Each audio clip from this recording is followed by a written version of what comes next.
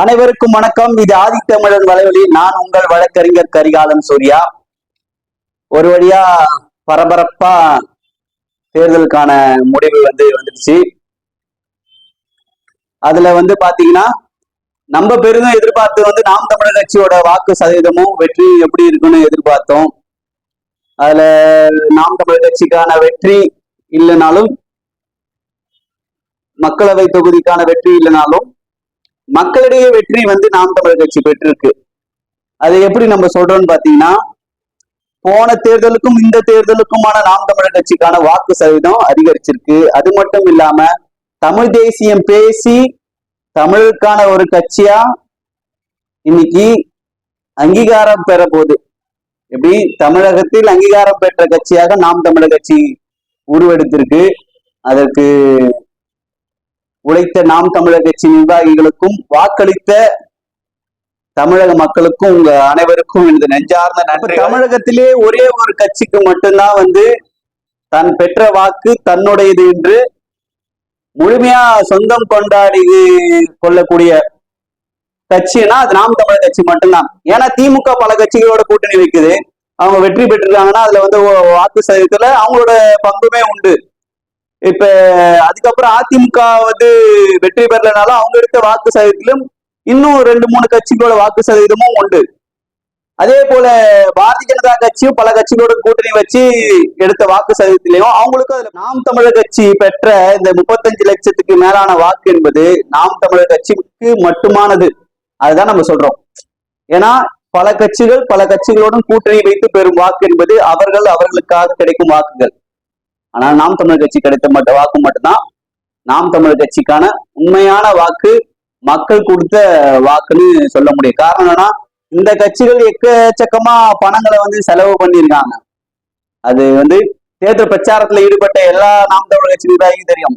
நாங்க நாம் தமிழர் கட்சி நிர்வாகிகள் கொஞ்சம் கொஞ்சமா பணத்தை சேர்த்து இந்த தேர்தலை சந்திச்சோம். ஆனா ஒரு தொகுதியில செலவு பண்ற காசு தான் நாங்க ஒரு மொத்தமா எனக்கு தெரிஞ்சு திமுக ஒரு தொகுதியில செலவு பண்ண காசு தான் நாம் தமிழர் கட்சி மொத்தமாவே இந்த தேர்தலுக்கே செலவு பண்ணியிருக்கோம். அந்த அளவுதான் எங்களோட பொருளாதாரம்.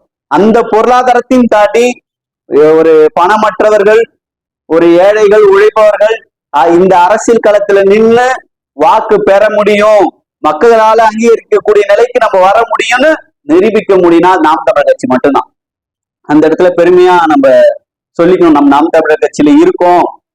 எல்லாரும் கேட்கறாங்க, நீங்க வெற்றி பெறலையே. நீ முதல்ல எது வெற்றின்றத மக்கள் புரிஞ்சுக்கணும். ஒரு செடி ஒண்ணு வைக்கிறோம், வச்சன்னைக்கே அது பழமா பெருச்சு கொட்டினாதான் வெற்றின்னு நினைக்க கூடாது.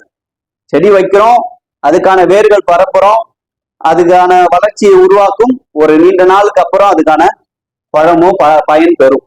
அந்த மாதிரிதான் நம்மளோட வளர்ச்சி என்பது அடித்தளம் ஆழமாக பதியப்பட்டு வருகிறது. வரும் தேர்தலில் இன்னும் வேகமாக நாம் தமிழர் கட்சி களமாடி வரும் 2026 தேர்தலில் வெற்றி பெறும். அதுல எந்தவித மாற்று கருத்தும் இல்லை. ஆனா இந்த தேர்தல் முடிவு நாம் தமிழர் கட்சிக்கு வெற்றியான்னு கேட்டா நிச்சயமா வெற்றி தான். ஒரு அங்கீகரிக்கப்பட்ட மாநில கட்சியாக நாம் தமிழர் கட்சி மாறுகிறது. இதுவரையில் தமிழ்நாட்டில் ஊடகத்தாலும் சரி, அரசாங்கத்தாலும் சரி புறக்கணிக்கப்பட்ட ஒரு கட்சினா அது நாம் தமிழர் கட்சி மட்டும்தான்.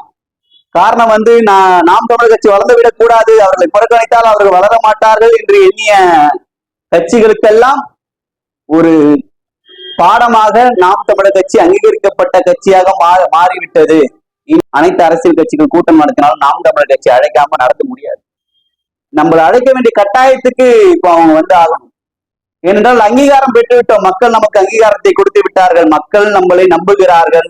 அதன் நம்பிக்கையின் அடிப்படையில் தான் ஒரு முறை கூட எந்த சட்டமன்ற உறுப்பினரையோ பாராளுமன்ற உறுப்பினரையோ இல்லாத ஒரு கட்சி அடுத்த தேர்தலில் நின்று அந்த போன முறை எடுத்த வாக்கு சதவீதத்தை விட இந்த முறை அதிகரிக்குமானால் இல்ல, தமிழ்நாட்டுல அப்படி ஒரு கட்சி இல்லை.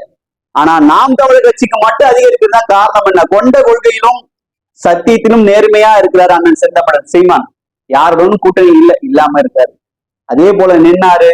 இந்த பெற்ற வாக்கு என்பது அண்ணன் செந்தமிழன் சீமான் அவர்களுக்கு கிடைத்த வாக்கு, அவர் உழைத்த உழைப்புக்கு கிடைத்த வாக்கு. தன்னோட ரத்தத்தை வேர்வையா மாத்தி பல்வேறு அவரோட நம்மளும் இந்த தேர்தல் களத்துல 2-3 இடத்துல போய் நின்று பார்க்கும்போது அவரோட சட்டை முழுவதுமா நனைஞ்சு அப்படி அந்த வெயில நின்று பேசுவார். நம்ம கீழே வெயில நின்று தயக்கப்பட்டு மரத்து நிழல நின்னோம் நம்ம. ஆனா அந்த மேடையில ஏறி நமக்காக ஒரு மணி நேரம் அவர் பேசும்போது இந்த மாதிரி தலைவர் எங்க இருப்பாங்க அப்படின்னு நமக்கே தோணுற அளவுக்கு இருந்தது. அப்படிப்பட்ட உழைத்த உழைப்புக்கு கிடைத்த வெற்றி தான். நம் உழைத்த உழைப்புக்கு இந்த வாக்கு குறைவுதான். ஆனால் மக்கள் ஒரு முடிவு, இந்த தேர்தல் நம்மளை அங்கீகாரம் பெற செய்தார்கள், அடுத்த தேர்தல் நம்மளை வெற்றி பெற செய்வார்கள், மாற்றம் உருவாகும். நாமே மாற்று, நாம் தமிழரை மாற்று.